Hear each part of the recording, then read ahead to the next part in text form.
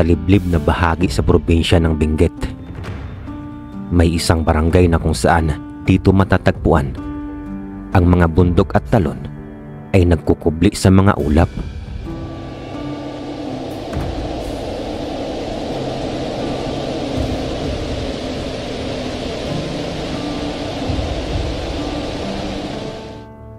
Ang barangay na to ay malayo sa modernong pamumuhay, pero mayaman ito sa tradisyon at kultura.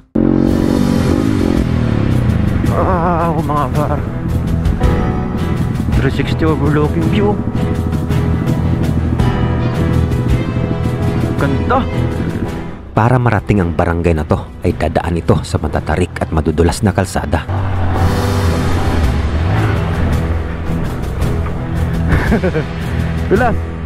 Dadaan ito sa biniyak na bundok na kung saan dito magsisimula ang kwento ng Takadang. Up!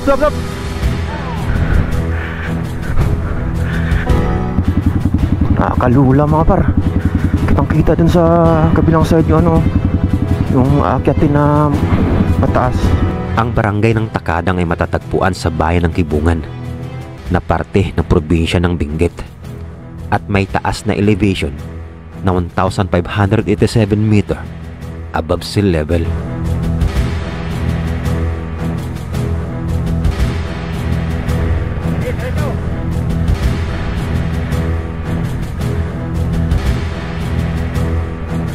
Ang misyon ko dito ay alamin ang estado ng daan at alamin ang kwento ng The Crying Mountains.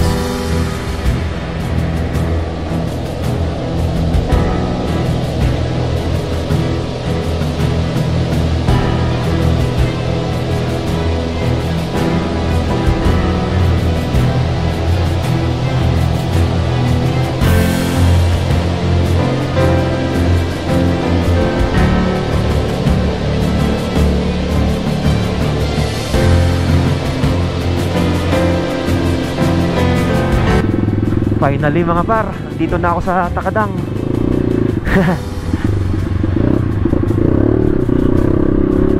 Bucket list unlock mga par. Woo! Kaya sa video na to, kasama sa Sir Benedict at si Francie Adventures, sanay samahan nyo kumuli sa aking panibagong nature trip adventure. Let's go!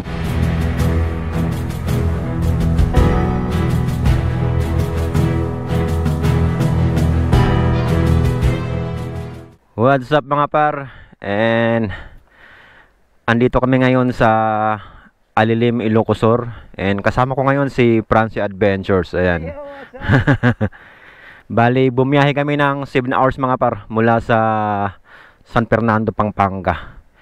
Then mula dito sa Alilim, Ilocosur mga par, subukan natin daanan ng backroads dito patagos ng Takadang, Benguet, kung saan makikita natin ang Crying Mountains mga par. Ayan. And sana pala rin tayo makita ang Crying Mountains mga par. Then after natin mag Takadang mga par, bababa naman tayo sa Kibungan. Doon ang daan natin pauwi para malaman din natin ang estado ng daan doon. So tara, let's go mga par.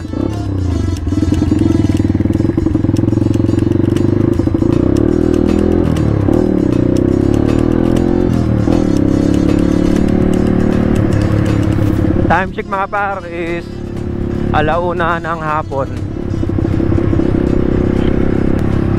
Dito pa lang sa tulay ng Alilim mga par, sobrang solid na yun.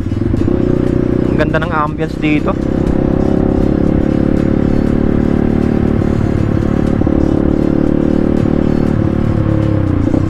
Feeling ko parang pumunta na rin ako ng Ilocos Norte.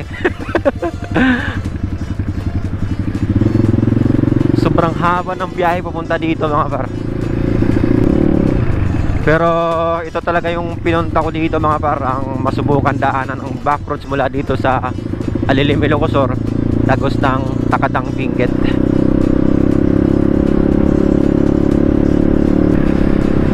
Dito pa lang sa bungad mga par, makikita na natin ang nagtataas ang kabundukan dito sa part ng Ilocos Sur. Grabe. And I'm sure hindi madali yung daan dyan. Sana makarating kami ng safe at hindi kami abutin ng gabi. Medyo tanghali na yung dating namin. Bali, 3 nga pala kami. May kasama pa kaming isa na nauna na. Eto na.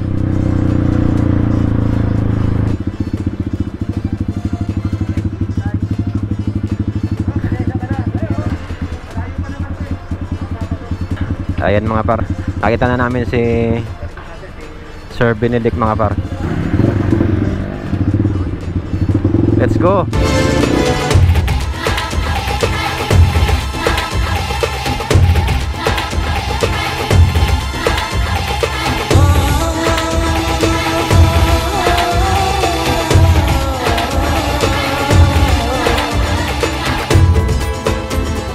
Sa simula ng aming biyahe, maganda ang panahon. Pero mapapansin na agad natin ang nagbabadyang masamang panahon sa kabundukan. Ayan mga par, dito tayo kakaliwa papuntang Kayapa. Ayan, nakaahon na sila. Kilometer check 15.4 kilometer.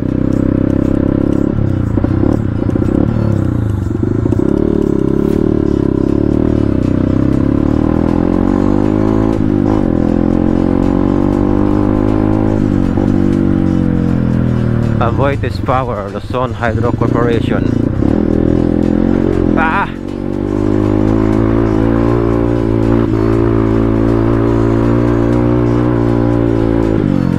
Buti na lang sementado na to.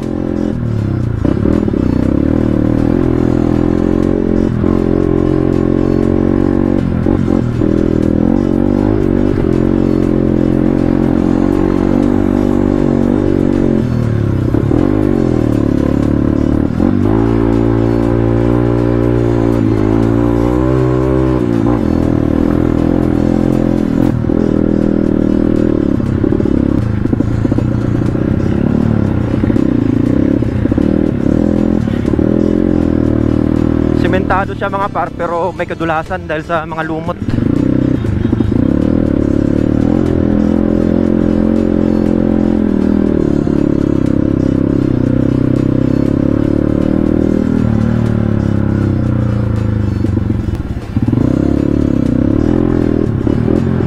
Dulas ah. Ayun yung sinasabi ko sa inyo mga par. Ayun o, yung lumot na yan, dulas.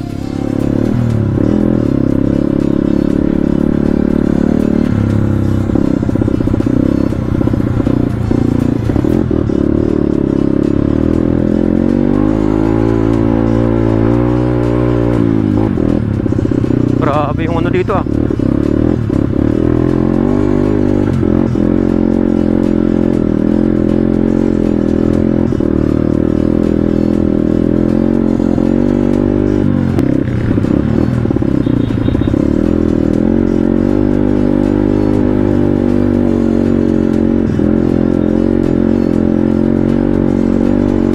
Hindi rin tayo pwede mag-counterflow mga par kasi maraming dumadaan dito. Maya bulaga tayo eh.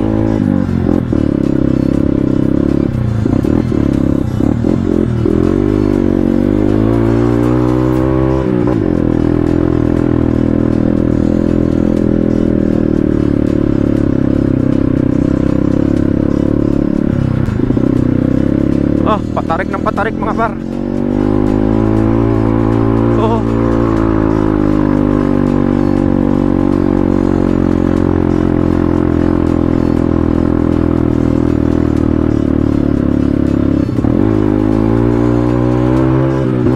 Pataas ng pataas yung daan eh.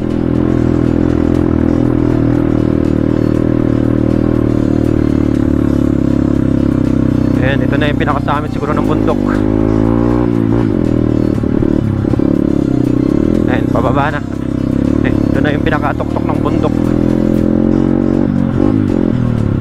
Wow, mga par. 360 overlooking view. Ganda.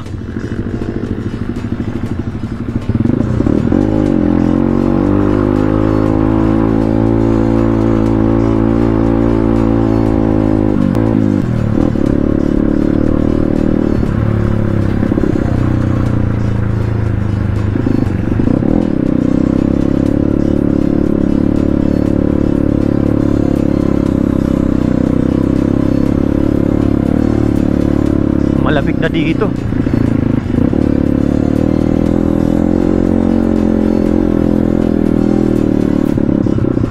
Oops.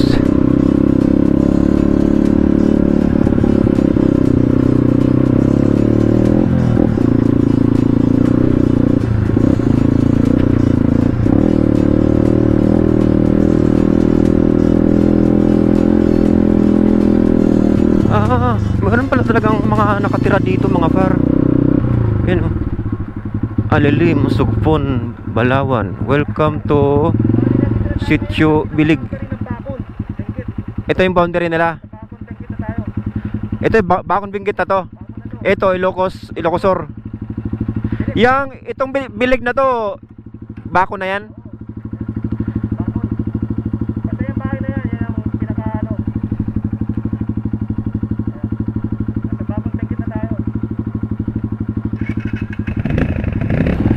Ito pala yung pinaka-boundary ng Bakon Benguet saka Ilocosur, ang Sitio Bilig.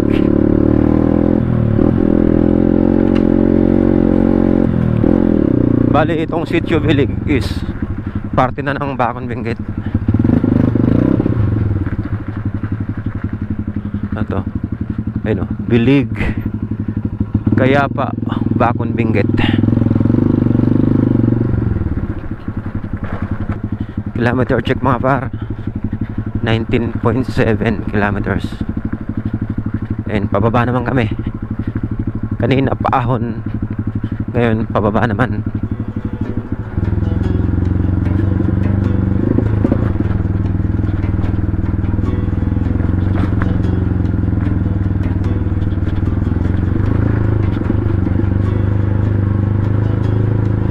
Nagiging madali lang lahat dahil sementado. Pero kung lupa yun, medyo mahirap-hirap din yun. Nakatuwad yung motor eh.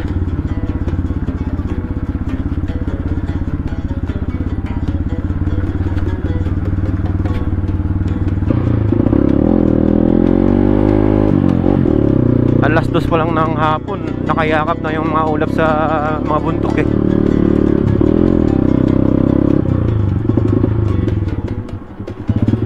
And ang kagandahan dito mga par, malamig na. Kahit may araw, malamig na yung klima dito. Parang may aircon mga par. Dito lang natin mararanasan mga par, ang magmotor na may nakabuntot na aircon.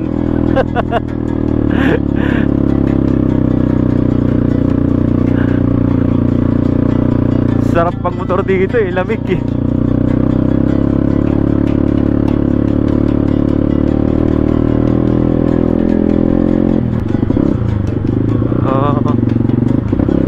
Dito pala sa kabilang side mga par, mukhang uulan na. Kaya pala yung mga ulap nakayakap dito sa kabila naman. Taray ko.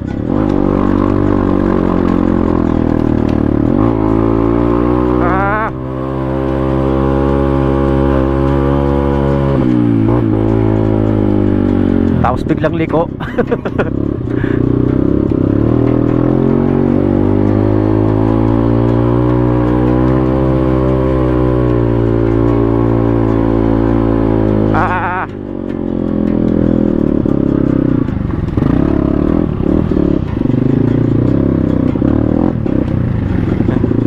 Medyo sira yung ano dito.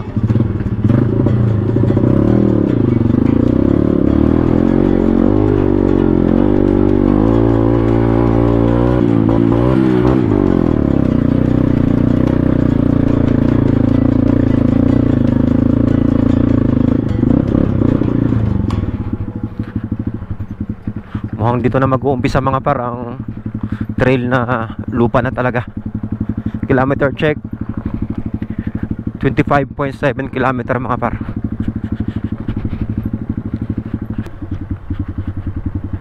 Kailangan namin mga par makaahon agad dun sa mahirap na part dito bago umulan, kasi pag naabutan kami ng ulan dun, disaster ang aabutin namin dun.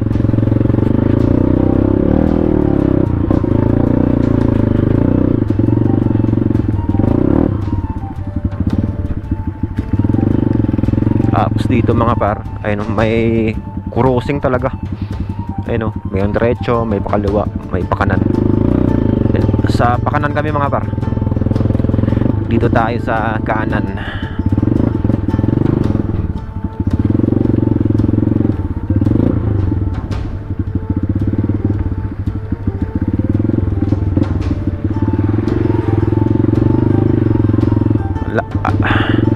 Alalay lang sa takbo kasi madulas to. Sa video mukhang simpleng tubig lang yan, putik, pero madulas. Habang tumatagal, palamig na ng palamig ang panahon. Parang may freezer na dito mga par.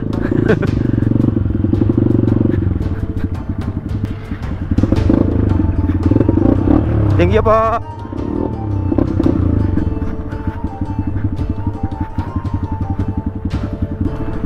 Uy, madulas to. Uy, wag.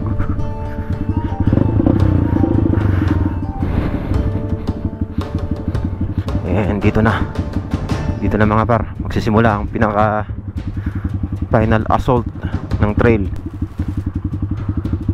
to Tagpiwe.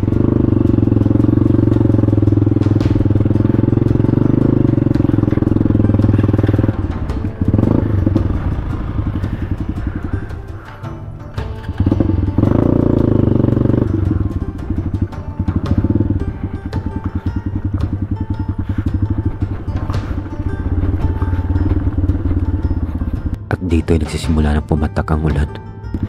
And nagsisimula na rin pumatak ang ulan mga par. Sana wag lang talagang lumakas. Dala lang yan ng mga fog. Ayun, dito naman fog na.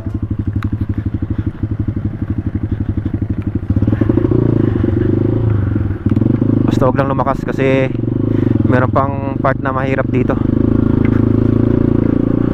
Wala pa kami dun, papunta pa lang. Habang tumatagal, lalong lumalakas ang ulan. Ayan na nga mga par, mula na. Lumabas na ang hula.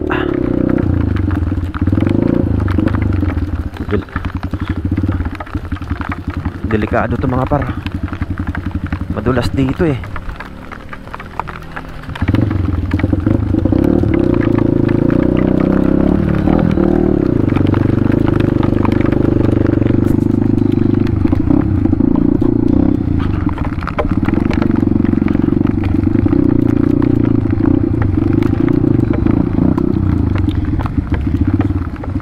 Ito yung sinasabi ni Francie.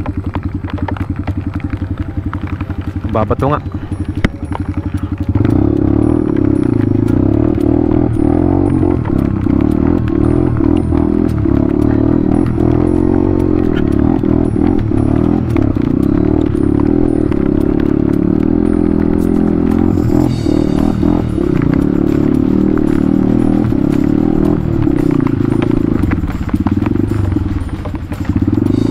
Dito sa parte na to, dito na magsisimula ang paahon at mababato. Matarik tapos mababato. Hindi mo alam kung saan ka dadaan eh. Ang hirap mamili niyan. Doon.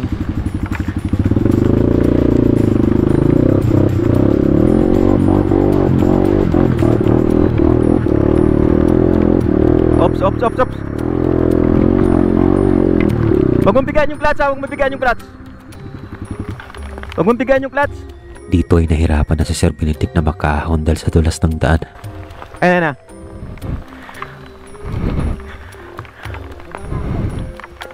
Sige, atras mo na lang. Hahawan yan. Sige, sige, dito ako. Yan, pwede na yan.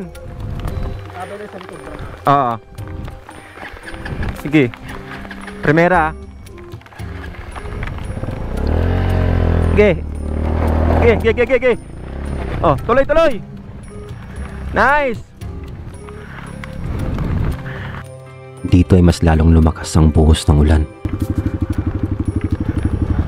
Kahit nga di umulan dito mga par, mahirap na to eh. Lalo pa kaya pag umulan. Ito na yung sinasabi ko.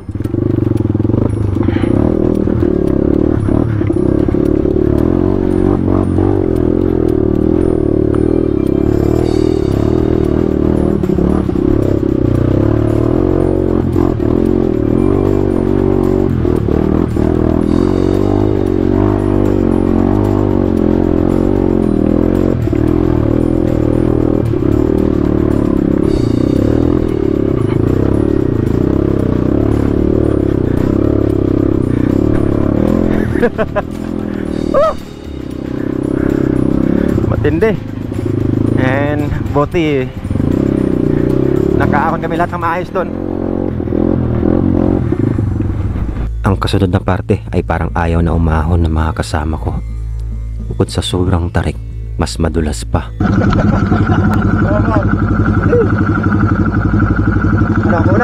Dito ay kailangan kong mauna para ipakita sa kanila na kaya naming ahunin to.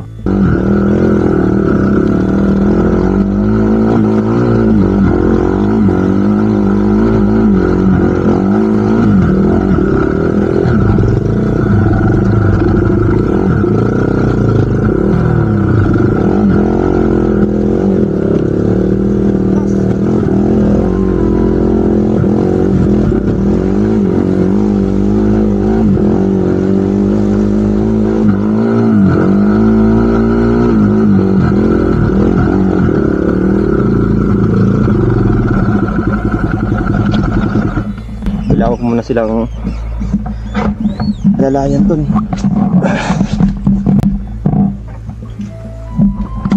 Dito ay mas lalong dumulas ang daan dahil sa pag-ulan.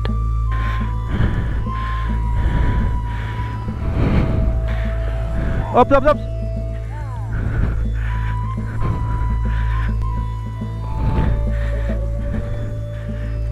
Par, mabigat to.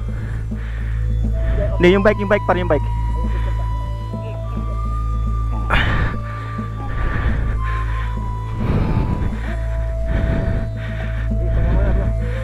Para di na kami magtagal ay ako nang mag-aahon ng motor ni Sir Benedict. 1, 2, 3.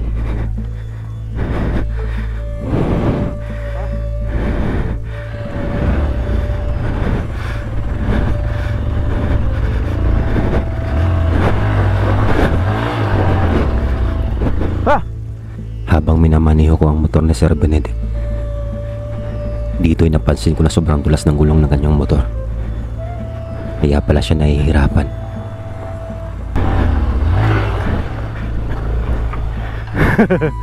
Dulas yung gulong. Madulas po talaga yung gulong. Daya. Angat eh. Tatalbog. Tapos nakadagdag pa yung bigat sa likuran.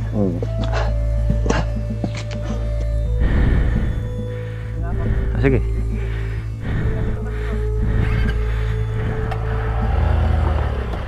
Tuloy. Aarangkada na sana kami ulit. Dito ay natumba na naman si Sir Benedict.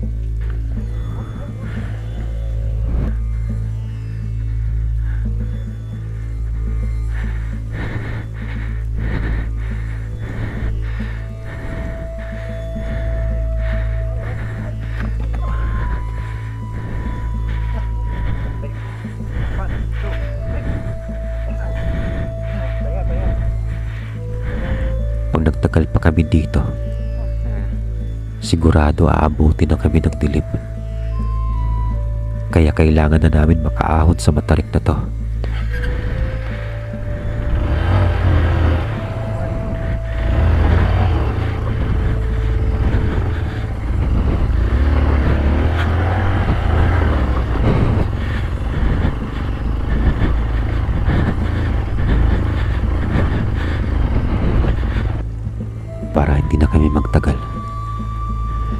iaahon ko na ng sagad sa madali.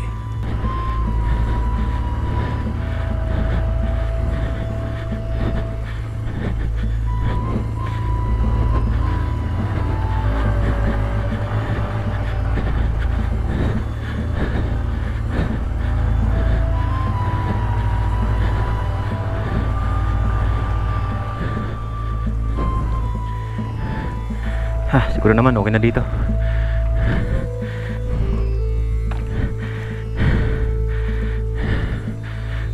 Taas. Oh, ganda oh.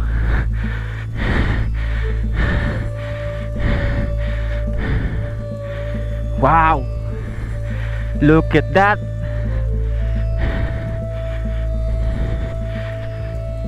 Taas. Ang ganda pagmasdan ng mga mga ulap oh. Nakayakap sa mga bundok. Ayan mga par, nakaahon na kami lahat. And sobrang dulas na talaga. Kaya pala medyo nahihirapan na rin si Sir. Dahil medyo may edad na rin. 55 sabi niya. Dahil sa kinulang na kami sa oras, dito ay nagdesisyon kami na dito na kami magpapalipas ng gabi sa abandonadong kubo. Ayan mga par, dito na kami nakisilong sa daanan namin. So, bukas na kami papanik sa Takadam sa Mighty Gate. Kasi mahihirapan kami mag-camp kasi walang cover, puro open area na ron. So, nag-decide kami na dito na kami mag-camp in Transio Adventure sa kanila Sir Benedict. Kape po tayo. Ayan. So, kape muna kami dito. After namin magkape, mag-dinner naman. Bago kami matulog ay nagipagkwentuhan muna kami kay Sir Cassie na dito na rin nagpalipas ng gabi. Volta, mas maganda pa Volta. Kabot sa ko eh. Mabigat eh. Alam nung nabasa Basa pa. Tinimbang ko to, 3.4 kilos. No? Isa. Kilos? Yan, pair na. Samantalang yung ginagamit kong pang big bike na Volta talaga maganda. 1.5 lang ang timbang. Sabi ko sa akin, difference. Nagagamitin ko parang meron akong sapatos na ganito. Yung Merrell lang. Oo. Tapos basta paglalagyan na lang ako ng Patch na lang. padding. Tapos ang dulas pa. Pag kapak mo na. Kinaumagahan pagsikat ng liwanag ay isang napangan ng umagang gumising sa amin. Umagang punong-puno ng kapayapaan at napagandang tanawin.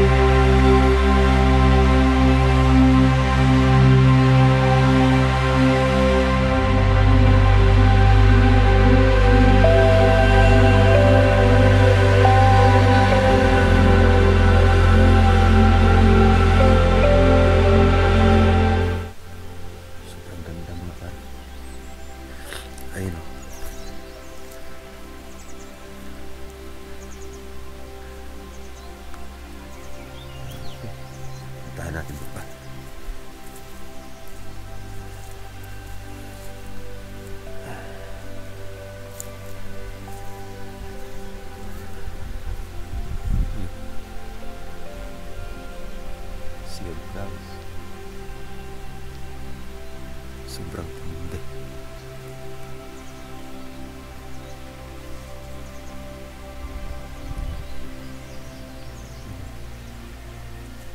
So, ayan mga par. Abante na ulit kami. And aakit na kami ng Takadang. And itong pinag-ispatan pala namin mga par, mataas yung elevation nito, nasa 1,900 above sea level mga par. Sobrang taas. And yung view na makikita dito mga par, kitang kita yung kapatagan ng Pangasinan, pati yung dagat nila. Tapos dito naman sa right side, kitang kita rin yung kapatagan at kabundukan ng Ilocos at yung dagat rin nila. Sobrang solid mga par, quality. Right, so abante na kami. Let's go.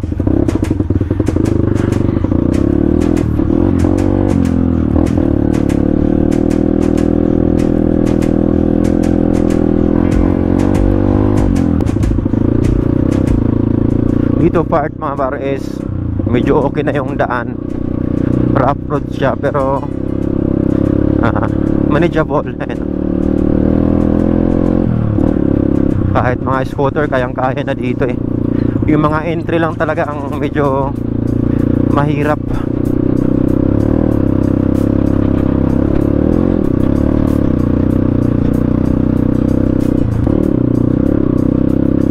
And ayan mga par, welcome Rocky Wall of Utes.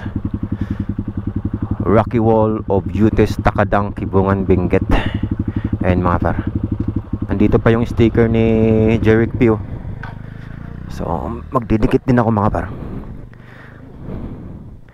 Dikit tayo ng isang sticker. Dikit natin to. Alright, so ako naman. Alright, so sana magtagal ka dito. Ayan, si Idol Jeric Pio, saka si AG Travel Adventures. Shout out Francie Adventure.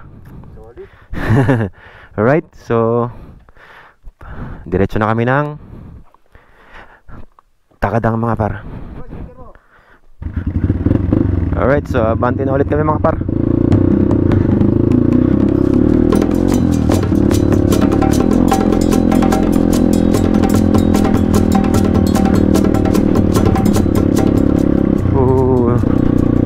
Quality ng view.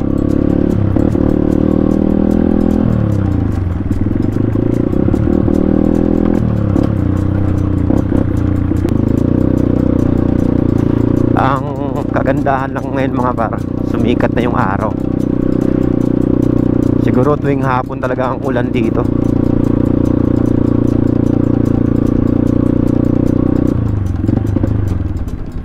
Na-excite na ako mga par, kasi first time ko talagang pumunta dito. And sana pala rin na makita ang Crying Mountains. At dito'y narating na namin ng gate 3 ng Takadang. Ito na daw yung pinaka third gate mga par. May katarikan nga mga par. And lost yung gravel.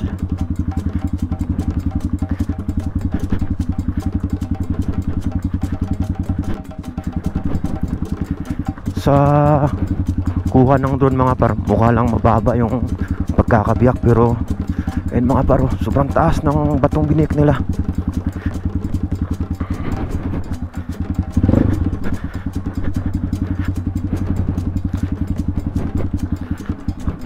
Abe, tindi rin pala to.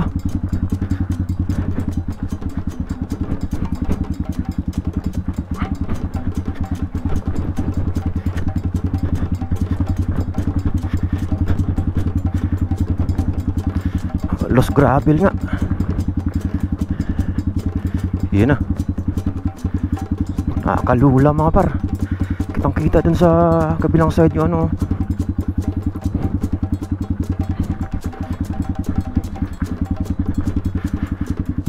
Yung aakyatin na mataas. Sinisemento na rin pala dun.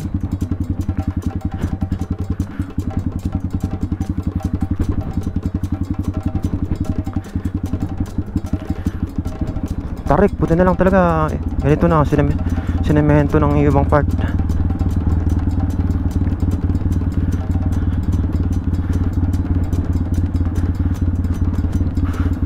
Solid mga par. Ganda.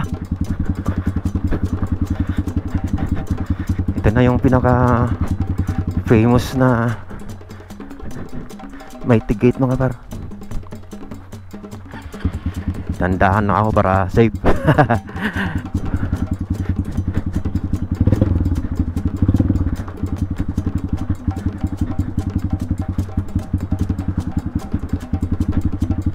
Dito na pumarado yung ibang sasakyan. Hindi yata nagpapapasok ng mga sasakyan dahil ginagawa sinisemento na yung mahirap na part para daw lahat makapunta na.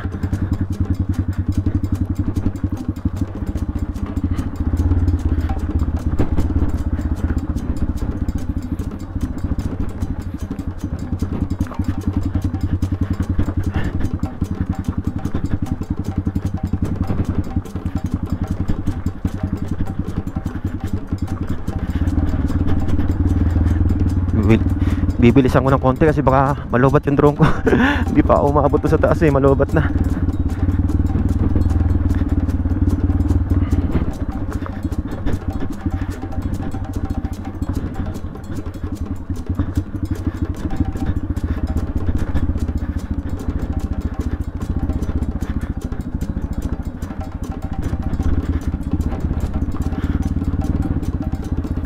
Paano kaya papaangkin yan? Kaya ng gapang yan. Tarik nga.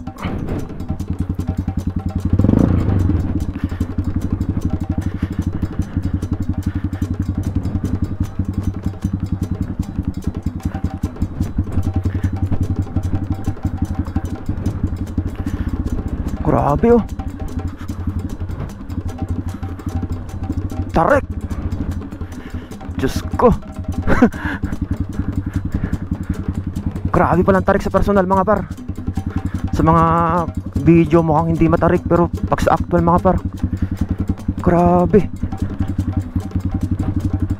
Habang nakikita ko ang bangin sa gilid, mas lalo akong kinakabahan. Pinapadaanan ng ng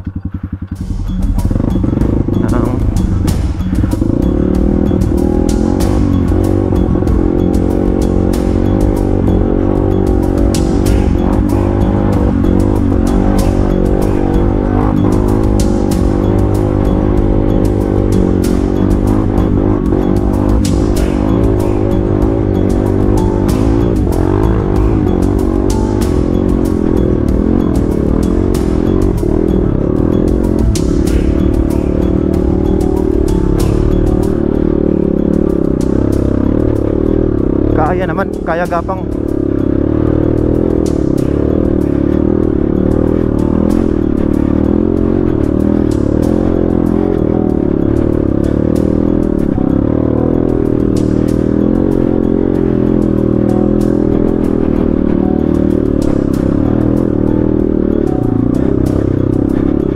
Woo! Survive.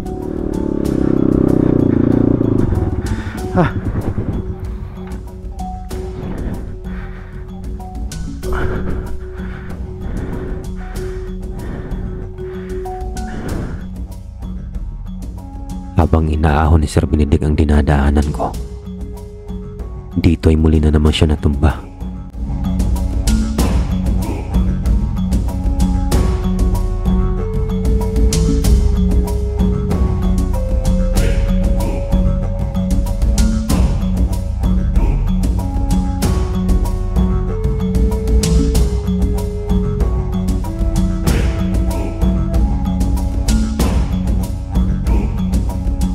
Mamaya ko na ayusin to mga par. Baka hinihintay nila ako dun. Dito ay kailangan ko silang balikan. Kailangan nila ang tulong ko.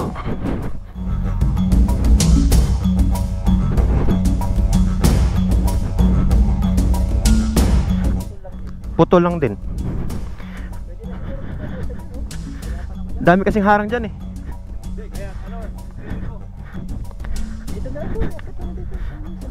Baka makita tayo Magaan naman ba? Ha? Magaan naman ang mga... Ito na.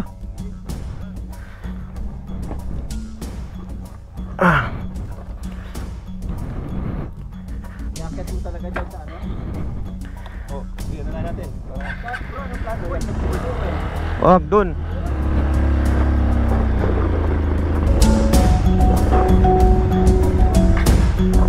Nahirapan talaga sa ano.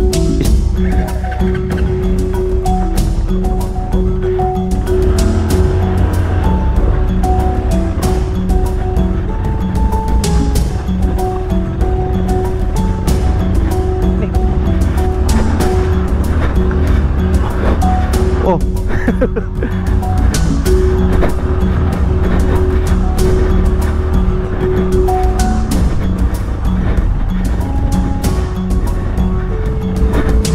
Ha?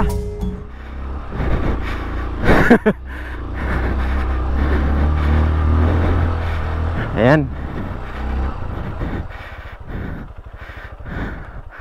All goods.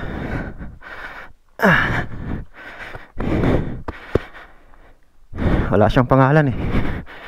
So, nakarating na siya ng ano, Takadang. Congrats. So ayan mga par, andito kami ngayon sa biniyak na bato dito sa Port Gate. Grabe.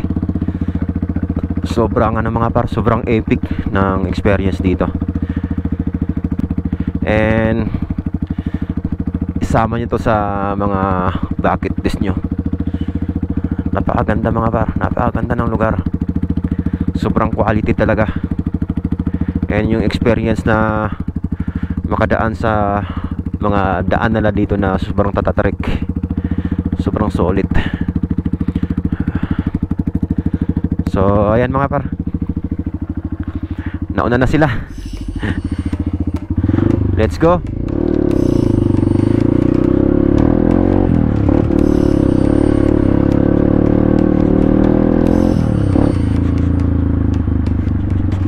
After natin dun sa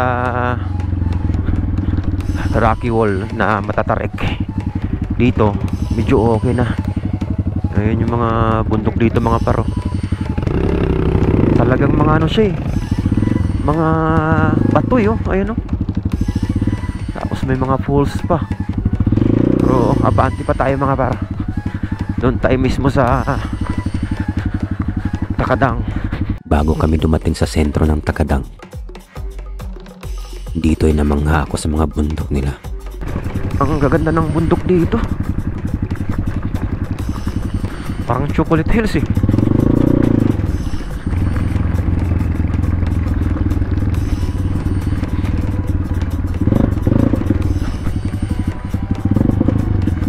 Ang taas pala talaga. Yun mga paro, talagang bato oh. Ang titindi ng bundok dito sa Takadang. Talagang bato eh oh. Ano kaya nangyari no? Sobrang saya ni Sir Benedict oh. Nakapunta na siya ng Takadang.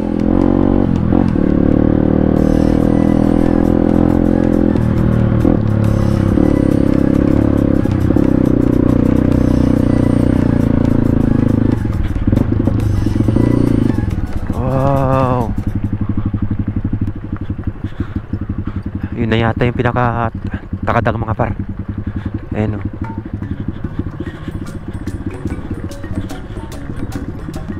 Oh, ganda.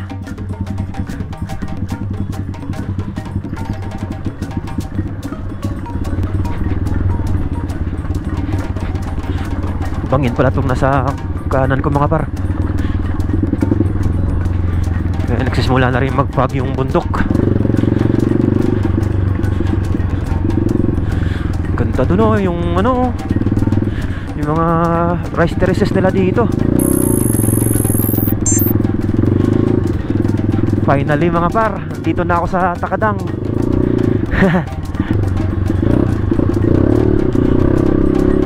Bucket list unlock mga par. Woo!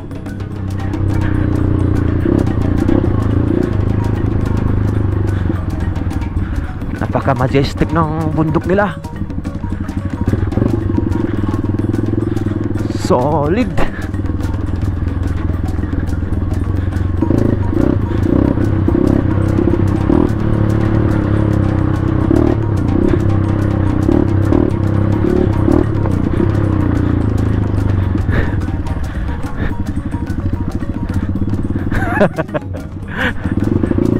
Seryoso si ano?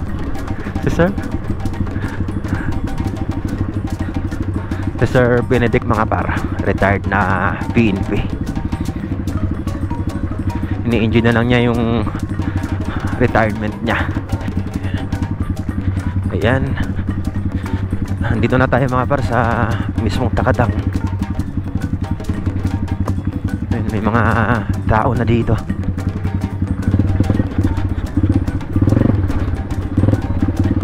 And may mga nakatira na syempre dito. Ayun, may mga lokal na. Bago kami dumiretso ng Crying Mountains, dadaanan muna namin ang mababang paaralan ng Takadang.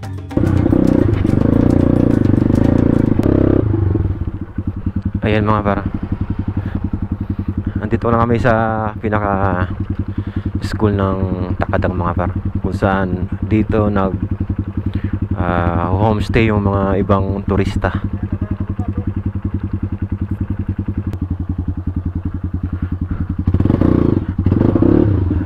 Ayan mga par, ibababa ko si Shera doon sa mismong school ng Takadang.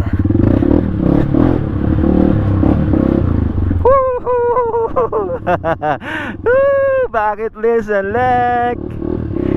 Woohoo!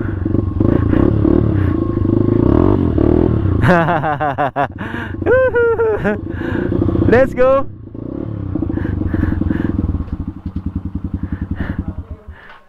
Ayan mga par, formerly Takadang Elementary School. Ayan mga par. Bucket list unlock. Andito na kami sa Takadang. Ayan. Ayan mga par, Isa is Aludos Elementary School, formerly Takadang Elementary School. So ito na yung pinaka-elementary school ng Takadang mga par, kung saan dito nag-i-stay ang mga ibang turista na nagpupunta pag wala nang bakante sa homestay dito mga par. Bucket list unlock. So next natin pupuntahan mga par, yung Crying Mountains naman. Let's go.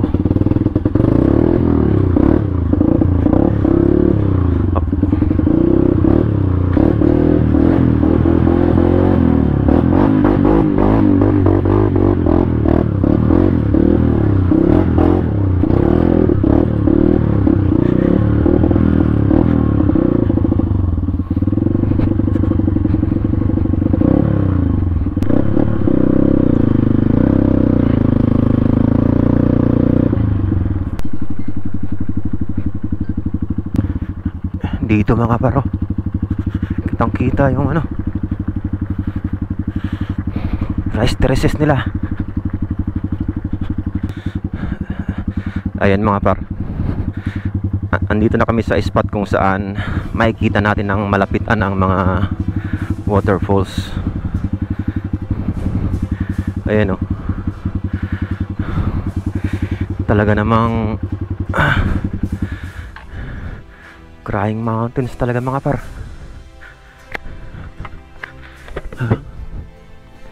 Ayan o, ganda.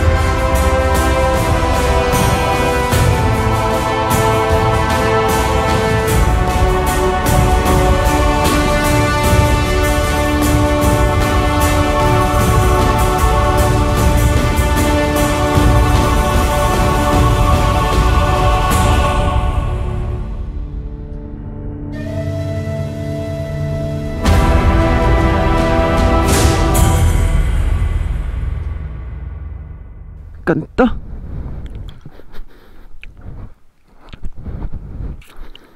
Napakarami oh. Yan pa sa babaw. Kahit di siya umulan, talagang merong waterfalls dito. Normal dito sa area na to na talagang crying mountains talaga.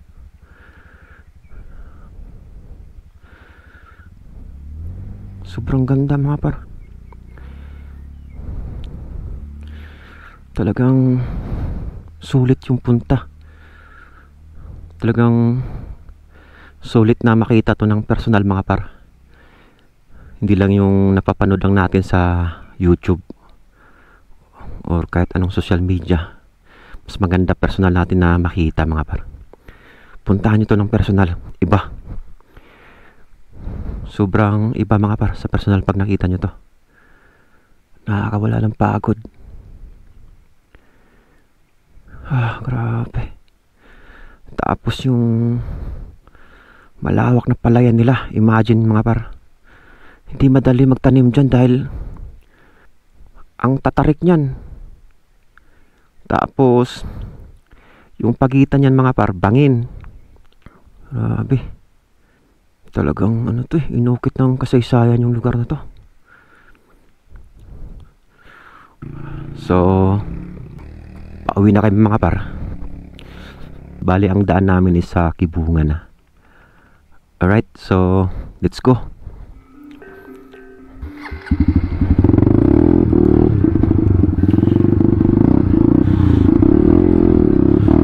Dito ay nagbabadya na naman ang ulan. Kaya kailangan na namin makalabas agad ng Takadang. Pero pagdating namin sa port gate, dito ay nasaksihan namin ang biglang pagbago ng panahon. And mga par, nakabalik na kami dito sa port gate. Biglang nag-iba yung panahon dito mga paro. May fog na and wala na tayong makita. Biglang nagbago yung panahon no. Hindi na namin mahintay ang clearing kaya takbo na ulit kami. Mukhang matagal pa to mag-clear. May mga hikers ngayon, no? Naglakad sila, oh.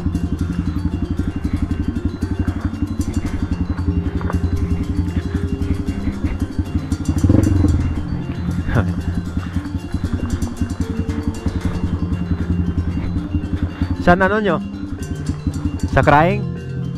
Layo-layo pa.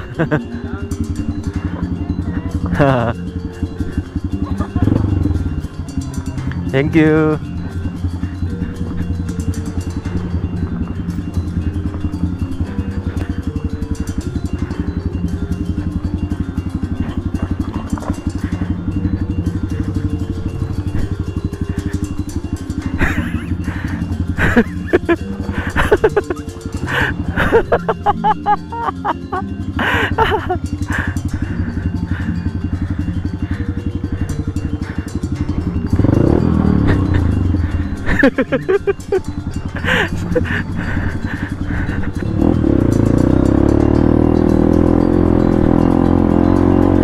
Mas maganda nga pala may pag mga para di nakakatakot.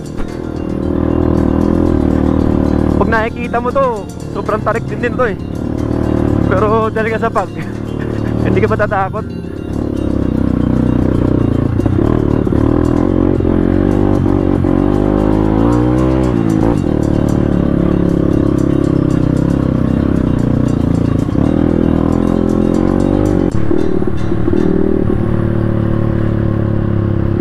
Nag-i-enjoy na yung mga bata, oh. Kanina, mga kabado pa baba, eh.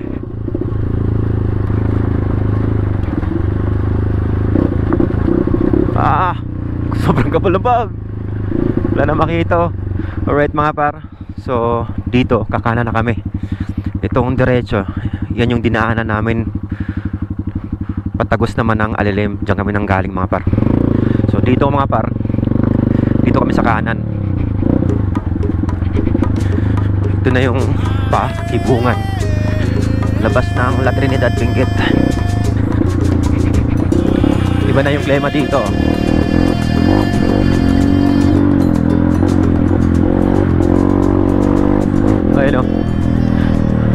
Iba yung klima agad mga par, no?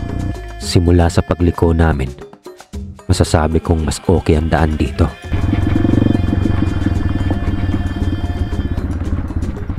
Tapos dito mga par sa Pakibungan, dito natin makikita ang waterfalls. Yung madalas nakikita sa mga vlog. Pag nanggagaling ka sa Pakibungan, ito yung makikita mo agad, yung waterfalls na to. Ayun mga paro.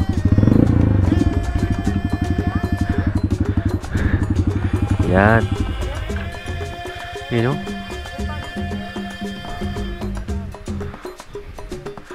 Medyo mahina yung agos niya ngayon kasi di naman umulan ng malakas kagabi. Ambon lang. Pwede maligo dyan, no? Sobrang lamig niya sigurado. Ayan mga par, abante na kami. And ipapakita ko sa inyo ng kaunti yung palabas ng Kibungan mga par, para makita nyo rin nung daan dito palabas.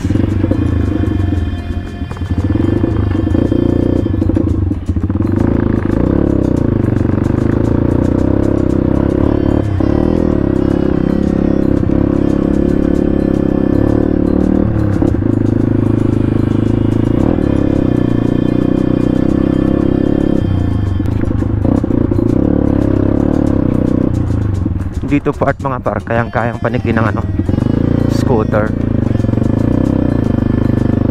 Kahit rough road siya, hindi siya ganun ka-technical. Hindi katulad sa Alilim.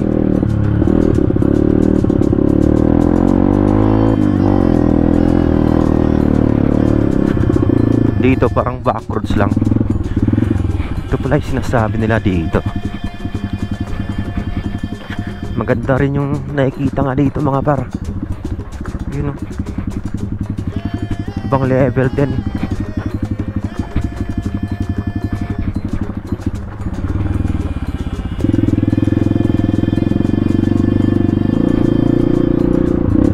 Wait na mga par, wait lang. May ipapakita ko sa inyo.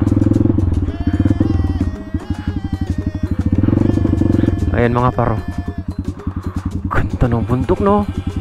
Tapos merong waterfalls. Ang malupit pa nun, meron nakayakap na ulap. Isa siyang bundok na may waterfalls na nagtatago sa makapal na ulap. Napaka-aesthetic mga par.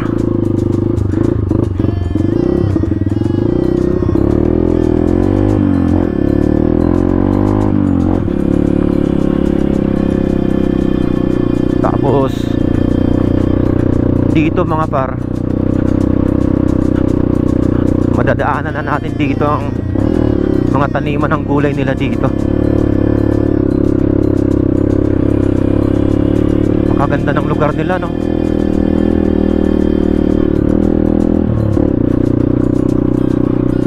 Puro taniman ng gulay. Tapos ang ganda ng mga tanawin na makikita. May problema pa kaya ang mga tao dito? Siguro meron pa rin, pero kahit pa paano naiibsan dahil sa mga tanawin na nakikita dito. Kahit lokal ka dito, talagang maaamis ka pa rin sa mga tanawin na nakikita. Sobrang solid mga par. The best experience yung rota na to. Kabilaan, via Alilim, tapos via Kibungan. Same, parehas, maganda. Meron din palang ganito ang Kibungan mga par. Ayan, meron ding hinating bundok na bato. Pero ang difference is sementado na dito. Mukhang merong signal dito mga par, kasi may mga lokal dito. Dito sila pwesto.